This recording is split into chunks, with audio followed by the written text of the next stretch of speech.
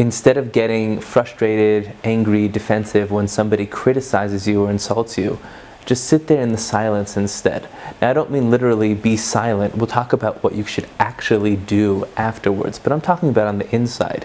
To be silent on the inside is really what we're after, and that will dramatically change your life. It'll add more peace to your daily living, and ultimately this will end all the drama that we walk around carrying.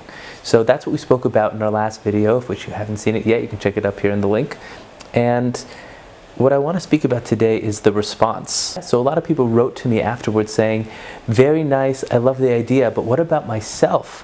What about defending myself? What about protecting myself? Where does that fit into all this? So I hear the question, I validate the question, but let's go deeper and try to figure out, where's that question even coming from?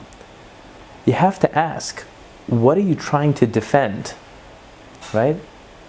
Who are you, or who is it that's feeling hurt? We all know that when somebody criticizes you or insults you, it's really them that's hurting. They're revealing more about themselves than they are about you, right? There's a phrase that goes, hurt people, because it's people that are hurt that hurt others. So really there's nothing for you to defend. In fact, by defending it, you're validating their accusations. By defending it, you're saying that there's something to defend. By defending it, what you're really saying is, on some level, you're buying into their judgment. You're allowing their judgment to affect you. Why do that? It's really just their opinion, right? It's not fact, the fact that they think this about you. This is really important because this really gets to the core of what forgiveness is. You know, we grow up with this sense that forgiveness means I say, I forgive you, and then we go forward, and I do the best I can to not think about the fact that you hurt my feelings. But what forgiveness is to look beyond the action and see the person. You know, it's not that there are good people and bad people, but there are people who are feeling joyful and people who are feeling miserable. And the people who are feeling miserable lash out and do things that we don't like, and we dub those things as bad. And so when we realize that it's the actions that are the problem, you look beyond the action and see the person. Every person is made in the image of God. But that's the practice, is the practice of looking beyond what the person said, looking beyond what the person did, and see that there's a hurt person, a miserable person who's lashing out, who's defending. And by the way, when we get defensive and we lash out, it's because in that moment we've gotten a little bit more miserable too, right? Because our ego was hurt. So when our ego gets hurt, so we want to defend that ego. But like we said before, when you defend your ego, it's only good for one thing: strengthening your ego. Being able to do nothing in the face of evil is the transformative act of love. It's being able to say, I see that what's happening on the outside isn't the whole picture. It's really just a very small fragment of what's going on. And if we can look beyond that, we start to open up to something that's much bigger. So when you ask the question, what about me? What about protecting myself? What about defending myself? Well, the part of you that probably feels like you have to defend yourself is the part of you we want to let go of and not defend so much.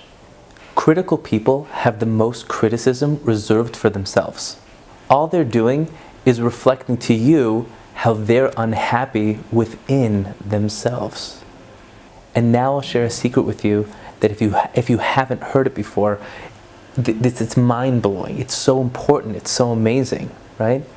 When these people are calling out and criticizing and insulting, and we're all guilty of this too, by the way, when that happens, it's not an attack, because every attack is really a call for love. Because all expressions in this world are either an expression of love or a call for it. We are all either trying to connect, or we're saying, I would rather be connected.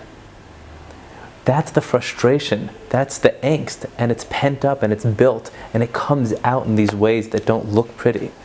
The point is not to sit there quietly. The point is that on the inside, you feel clear because you're not holding any resistance. You're not blocked to the person that's in front of you. You can say, I love you anyway. I like you anyway. It doesn't bother me. I'm not taking this personally because I understand this is more about you than it is about me. And when you have that in here, a very easy way to kind of diffuse the negative situation, which is, it's a good way to kind of move past it for your own middos as well as the middos of another human being, is you can kind of just grab onto what they said and just agree. And that totally diffuses the situation, because what you've done is you've really said, I don't take this personally. I'm laughing with you. It's light, so take it light. So the blessing that I give to all of us is we can get beyond all of this. We can see through the mask of another person who's going through pain, who feels the need to insult and criticize, and know that there's really nothing to defend because you're already good. You're already perfect. You're already great. You're made in the image of God. Right? Life is good. You didn't do anything wrong.